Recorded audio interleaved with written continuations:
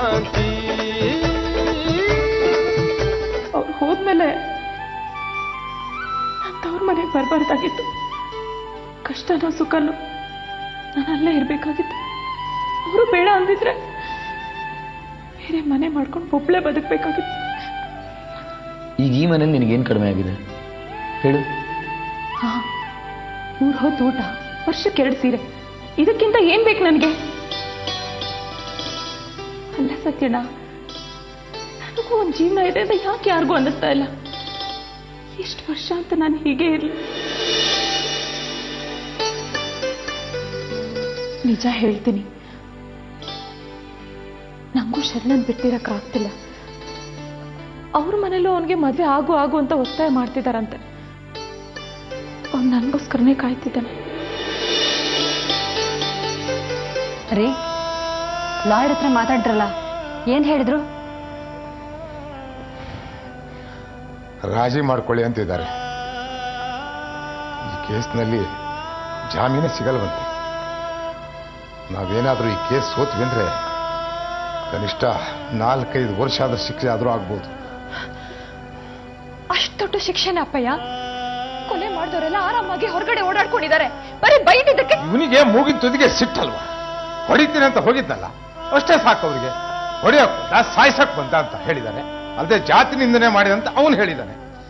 Case ತುಂಬಾ strong ಆಗಿದೆ ಅಂತೆ. ಮೊದ್ಲೇ ಗೊತ್ತಿರ್ಲಿಲ್ವಾ ಅವ್ನ್ ಬೇರೆ ಜಾತಿ ಅವನು ಅಂತ? ಮತ್ತೆ ಪ್ರೀತಿಸ್ಬೇಕಿತ್ತು. ಅದಕ್ಕೆ ನೀವು ತಪ್ಪು ತಿಳ್ಕೊಂಡಿದ್ದೀರಾ. ನಾನು ಅವನನ್ನು ಯಾವತ್ತೂ ಪ್ರೀತಿಸಿಲ್ಲ. ನಿಮ್ಮಿಬ್ಬರ ಮಧ್ಯೆ ಏನು ಇಲ್ಲ ಅಂದ್ರೆ ಅವನು ಮನೆ ತನಕ ಯಾಕೆ ಬರ್ತಿದ್ದ? ಅಷ್ಟು ಧೈರ್ಯವಾಗಿ ನಮಗ್ ಮದ್ವೆ ಮಾಡ್ಕೊಡಿ ಅಂತ ಹೇಗೆ ಕೇಳ್ತಾ ಇದ್ದ? ಇದೆಲ್ಲ ನೀವಿಬ್ರು ಸೇರಿ ಮಾಡಿರೋ ಪ್ಲಾನು. ನನಗೆ ಈಗೆಲ್ಲ ಅರ್ಥ ಆಗ್ತಾ ಇದೆ. ಮಾವ, ದಯವಿಟ್ಟು ಕಾಂತಿನ ಅದೇ ಹುಡುಗನ ಕೊಟ್ಟು ಮದ್ವೆ ಮಾಡಿ ನನ್ ಗಂಡ ಜೈಲ್ಗೆ ಹೋಗೋದನ್ನ ತಪ್ಸಿ ಮಾವ. ಆಗ್ಲಾದ್ರೂ ಇವಳಿಂದ ಮುಕ್ತಿ ಸಿಗುತ್ತೆ. ನಾನು ಸುಬ್ರಹ್ಮಣ್ಯ, ಇವನು ನನ್ನ ಮಗ ರಾಜೇಶ್. ರಾಜ ಅಂತ ಕರೀತಾರೆ ಎಲ್ಲರೂ. ಅವಾಜಿಯ ಸಮಾಜ ಸೇವೆ ಮಾಡ್ತೀವಿ ಅಂತ ಹೇಳ್ಕೊಳ್ಳಲ್ಲ, ಆದ್ರೆ ಮಾಡ್ತೀವಿ. ಪೊಲೀಸ್ ಸ್ಟೇಷನ್ಗೆ ಹೋಗಿದ್ದೆ. ಆ ಮಾದೇಗೌಡ್ನು ಅವನ ಮಗನು ಸೇರಿ ನಿಮಗೆ ಅವಮಾನ ಮಾಡಿದ್ದಾರೆ ಅಂತ ಗೊತ್ತಾಯ್ತು. ತಾವು ಕಂಪ್ಲೇಂಟ್ ಕೊಟ್ಟಿದ್ದೀರಿ ಅಂತಾನು ಗೊತ್ತಾಯ್ತು. ಅದು ಹೆದರ್ಕೋಬೇಡಿ, ನಿಮ್ಮಿಂದ ಕಂಪ್ಲೇಂಟ್ ವಾಪಸ್ ತೆಗೆಸೋದಕ್ಕೆ ತುಂಬಾ ಪ್ರಯತ್ನಗಳು ನಡೆಯುತ್ತೆ. ದೊಡ್ಡವರೆಲ್ಲ ಇದರಲ್ಲಿ ತಲೆ ಹಾಕ್ತಾರೆ, ನಿಮ್ಮನ್ನ ಒಪ್ಸೋದಕ್ಕೆ ನೋಡ್ತಾರೆ. ಆದ್ರೆ ನಾನು ಹೇಳ್ತೀನಿ, ನೀವು ಯಾವುದಕ್ಕೂ ಮಣಿಬಾರ್ದು. ನಿಮಗೆ ಯಾವುದೇ ಸಹಾಯ ಬೇಕಿದ್ರು ನಾನಿದ್ದೀನಿ. ಪೊಲೀಸ್ನವ್ರು ಬಂದು ಹೇಳಿ, ಲಾಯರೇ ಬಂದು ಹೇಳಿ, ರಾಜಿ ಸಂಧಾನಕ್ಕೆ ಬಂದರೂ ನೀವು ಮಾತ್ರ ಹಿಂದೆ ಸರಿಬೇಡಿ. ಆ ಮಾದೇಗೌಡನಿಗೆ ಶಿಕ್ಷೆ ಆಗೋದನ್ನ ನಾವು ನೋಡಬೇಕು.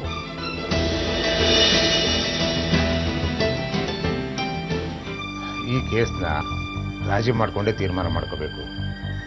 ಕೋರ್ಟ್ಗೆ ಹೋದ್ರೆ ನಮಗೆ ಕಷ್ಟ. ಈ ರಾತ್ರಿಲಿ ಒಬ್ರೇ ಹೋಗ್ತಾ ಇದ್ದೀರಲ್ಲ, ಜೊತೆಗೆ ಯಾರನ್ನಾದ್ರೂ ಕರ್ಕೊಂಡು ಹೋಗಿ. ಕಾಂತಿನ ಕರ್ಕೊಂಡು ಹೋಗೋಣ ಅಂತ ಅಂದ್ಕೊಂಡೆ. ಮುಕುಂದನು ನೋಡ್ಬೇಕು ಅಂತಿದ್ದ. ನೇತ್ರ, ಕಾಂತಿ ಎಲ್ಲಿದ್ದಾಳೆ ನೋಡು.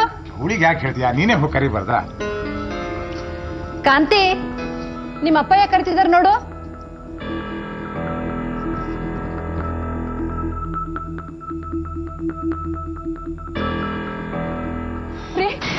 ಬೇಗ ಒಳಗ್ ಬನ್ರಿ. ಏನಾಯ್ತು? ಹೇಳ್ತೀನಿ ಬನ್ರಿ. ಯಾಕೆ? ಏನಾಯ್ತು? ಬನ್ರಿ.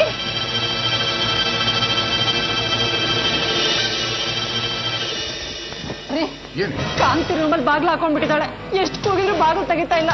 ಇದ್ರೆ ಮಾಡಿರ್ಬೇಕು ಬಿಡು. ಇಲ್ಲ ರೀ, ಅವಳು ಈ ರೂಮಲ್ಲಿ ಮಲಗೋದಿಲ್ಲ. ಯಾಕೋ ತುಂಬಾ ಭಯ ಆಗ್ತಾ ಇದೆ. ಕಾಂತಿ, ಏನಾಯ್ತಂತೆ? ಕಾಂತಿ ಬಾಗ್ಲು ಹಾಕೊಂಡ್ಬಿಟ್ಟಿದ್ದಾಳೆ. ಅಯ್ಯೋ ದೇವ್ರೆ. ಕಾಂತಿ, ಕಾಂತಿ, ಕಾಂತಿ, ಏನಿದು? ಕಾಂತಿ, ಕಾಂತಿ, ಕಾಂತಿ.